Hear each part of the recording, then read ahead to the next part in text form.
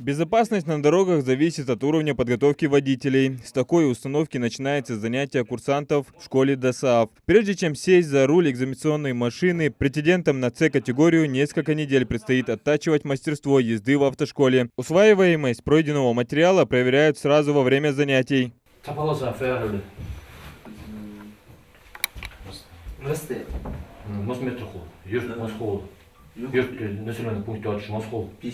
В автошколе курсанты получают все необходимые знания. Обучение длится больше 2 месяцев, 190 часов на теорию и практику. Для получения прав нужно пройти 3 этапа экзамена. Теоретическая часть, внутреннее вождение и езда в потоке реального дорожного движения. Теория а практически КамАЗда мектигиве некбу специально цидда беги цидда лал умбу кабинг миш хале из фут молдер кабиснеда. Может нет тиха уси футедез фут молдер технически коробка переключать мешки, хатса скорость чуел гуач футедез, дерек объясняет.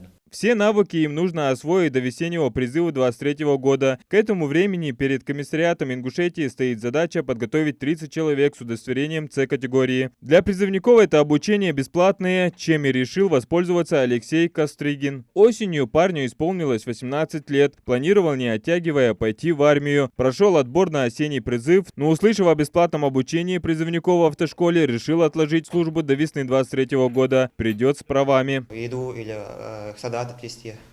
Ну тебе легче будет. Ну да.